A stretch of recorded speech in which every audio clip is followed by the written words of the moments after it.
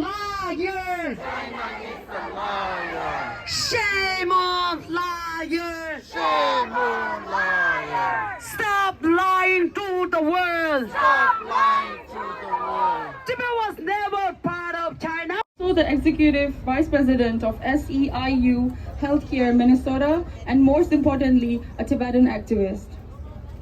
Mr. Jigme Ugen is one of the most vocal and outspoken about this unfounded defamation of His Holiness the Dalai Lama. He has openly challenged these Chinese agents with numerous posts on his social media sites like Facebooks and Twitters. Please welcome Mr. Jigme Ugen.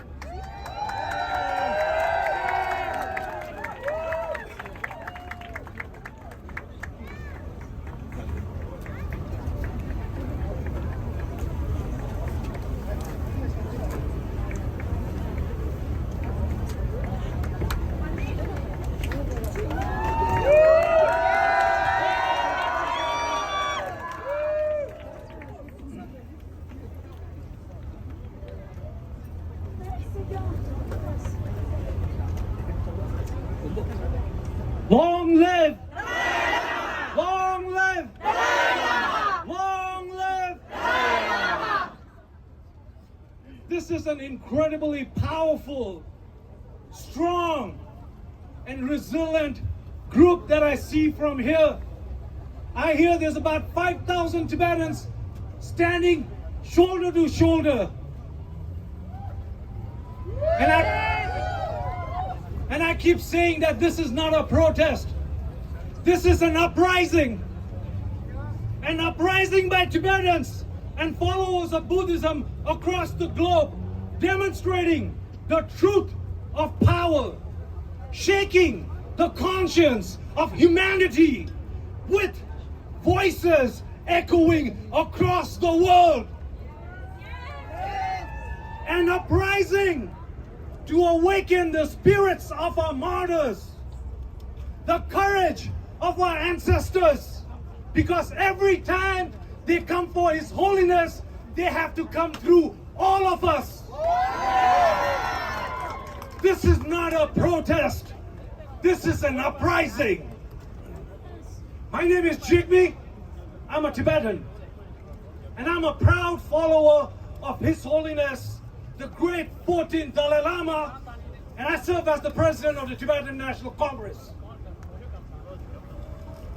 Tibetans and followers of Buddhism are angry, hurt, and traumatized by all the horrifying accusations against our beloved Kundu, by the media, and by people who watched a 20-second edited clip with misleading descriptions, turning an act of kindness, a cultural prank, a grandfatherly love, into something sinful and immoral. We recognize that child abuse and neglect are serious global problems. Many children suffer serious abuse at the hands of powerful and some religious institutes. Child abuse should never be tolerated. But His Holiness's act of kindness, humor, and warmth towards the young Indian child should not be compared to that. His Holiness has been in the eyes of the world ever since he was born. He has lived a pure monastic life of celibacy, preaching and practicing compassion, non-violence, and harmony. There has never been a single negative stain on his individual self. There has never been any questions raised about his personal integrity. His Holiness doesn't own private jets or fancy cars. He doesn't own houses or property. He doesn't even have a bank account. His country was stolen from him ruthlessly. He turns 88 years old in 2 months. He has difficulties in walking and needs to be helped with full support, and is losing his hearing Yet he tirelessly continues to share his wisdom and build bridges across nations and religions. He tirelessly strives to make a better world on the concept of universal oneness and human happiness. As humans, humanity should consider ourselves extremely fortunate, and we need to thank our destiny that we live and breathe in the same era as such a moral leader. His Holiness the Dalai Lama may belong to the world, but nobody knows him better than us Tibetans. He is not only our spiritual leader, but he is the manifestation of the Tibetan nation and our peaceful and honest struggle against a cruel, despotic, and a totalitarian government that is not only using a political angle and the magnitude of this smear campaign to align and to malign the reputation and the legacy. For decades now, the Chinese government has launched one of the most sophisticated cyber warfare and digital espionage targeting His Holiness, the Tibetan community, and our movement. The edited video of His Holiness and the Indian boy was first shared on Twitter, Facebook, YouTube, and it received about 7 million views in a day or so. These were not BTS, Blackpink, or Taylor Swift, but these were fake accounts, literally created a day or so ago. It's clear that bots were used to amplify the video to create the appearance of support while abusing the algorithms.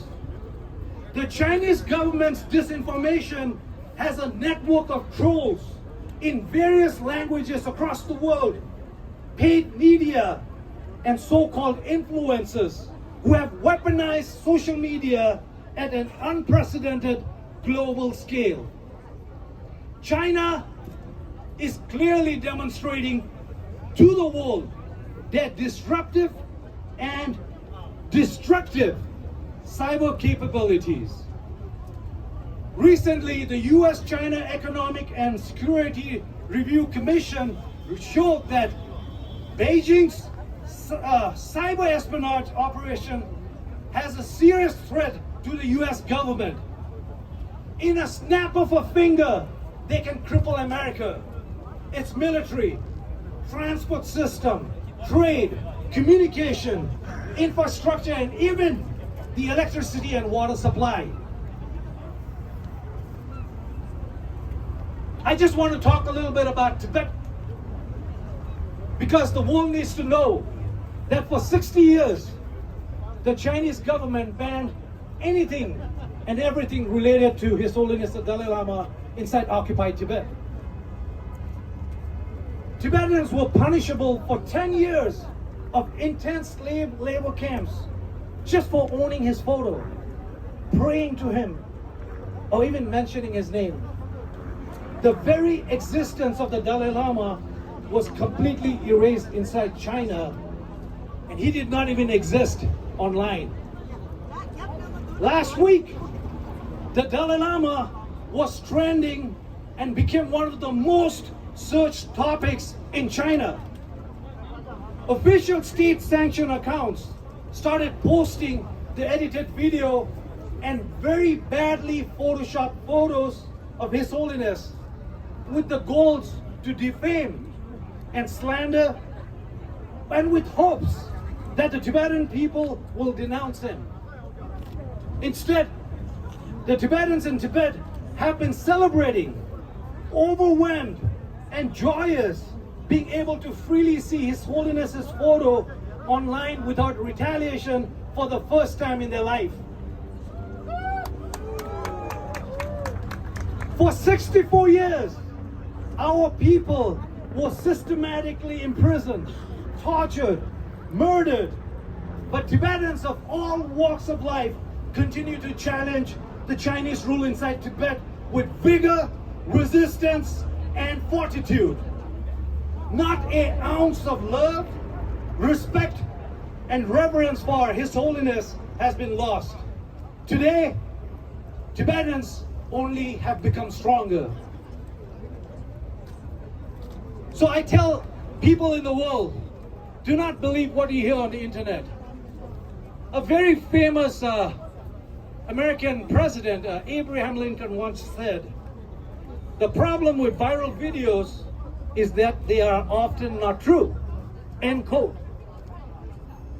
People who have watched the viral video do not know that the boy's mother and his grandfather were literally at arm's length from His Holiness and watching the entire interaction. They do not know that there were more than 122 students, other dignitaries, present at this globally live telecasted event that happened over 7 weeks ago. They do not know that the boy and the mother spoke after the teaching to express their joy and happiness, and that the family recently sent His Holiness a letter reassuring that their faith and love for him remains intact, and apologize to him for causing this distress. There's been no concerns, complaints, or grievances raised by the boy, the family, the 120 students, the dignitaries, and any and all who was present at this teaching. Now let's take a moment to talk about the boy's mother. She's no ordinary mother. She was conferred with the Grand Doctor of Philosophy and has a degree from Harvard, besides various other qualifications. Her accomplishment and leadership around women empowerment and children's rights and education has won her countless awards and recognition, including the Mahatma Award in India and Time Magazine's 40 Under 40. So, how can people tell this incredible woman how she should feel and react? How can people undermine the boy's reaction and gaslight his joyful emotions so that they can validate their own insecurities? Who are they to demand that this family see the world through their own corrupted minds? Who are they to judge His Holiness and our ancient customs and traditions? If you do not understand our culture, stop imposing your culture on us. Stop corrupting and confusing your weak minds between love and lust. Please stop.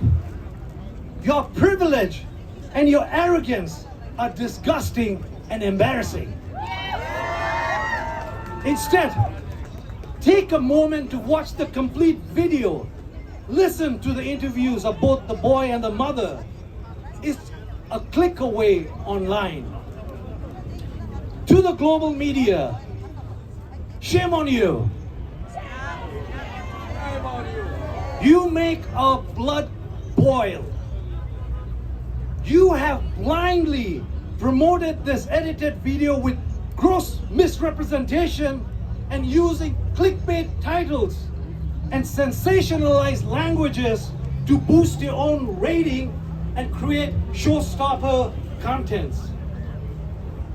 Like the speaker said earlier, did the media fact check the content?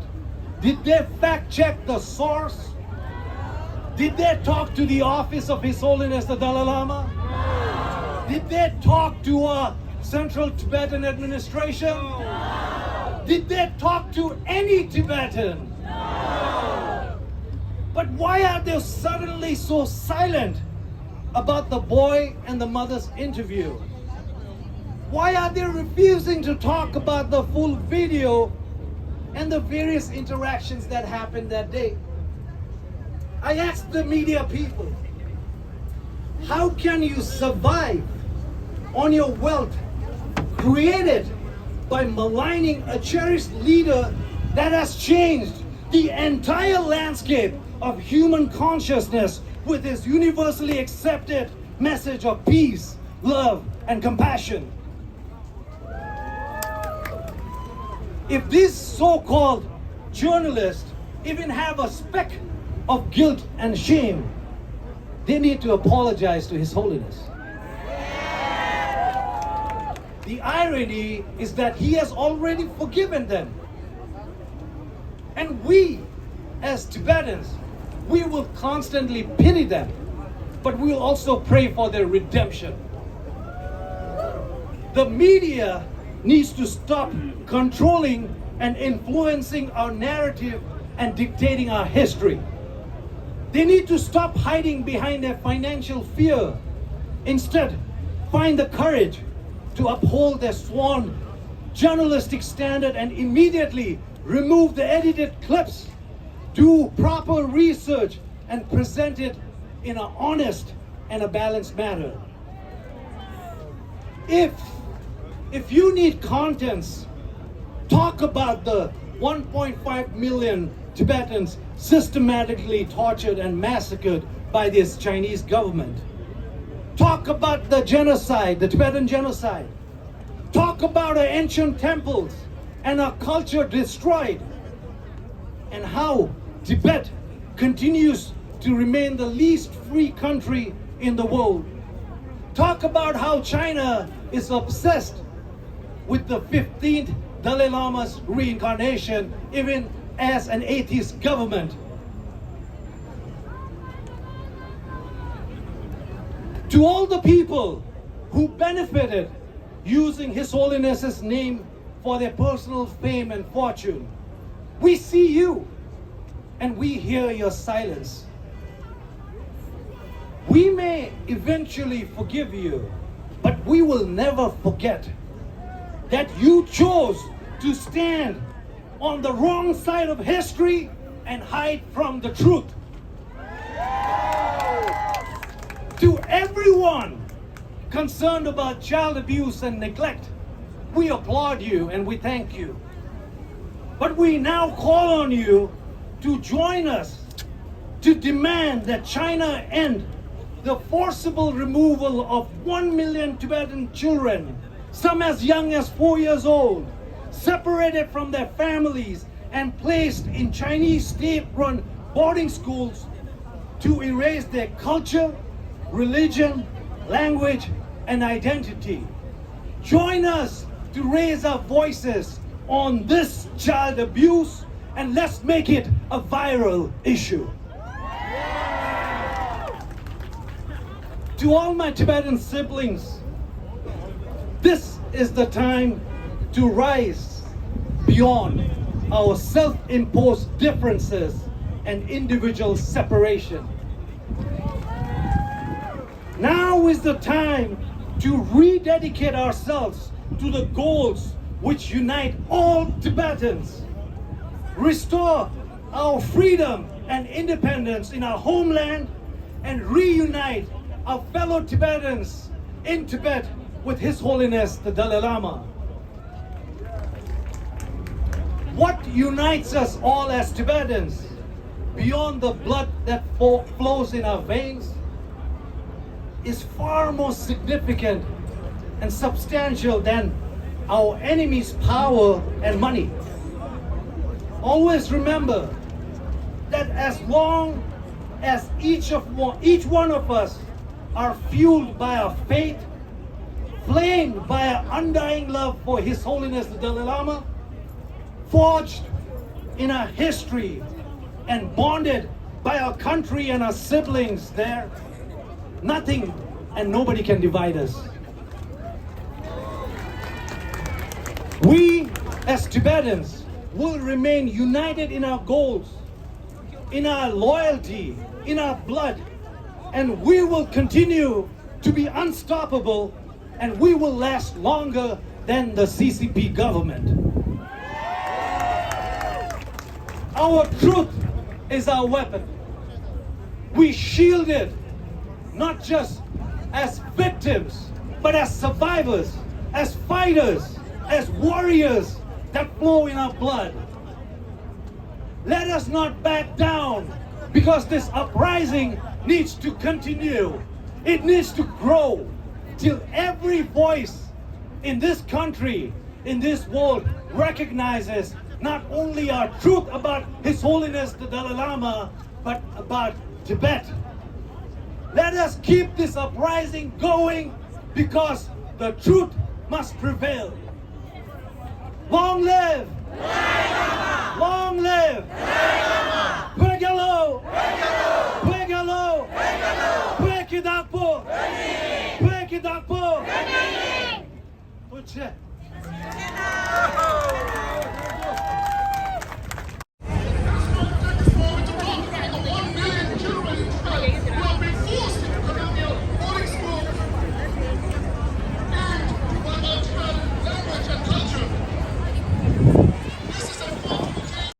Please welcome Mr. Jigme Ugen.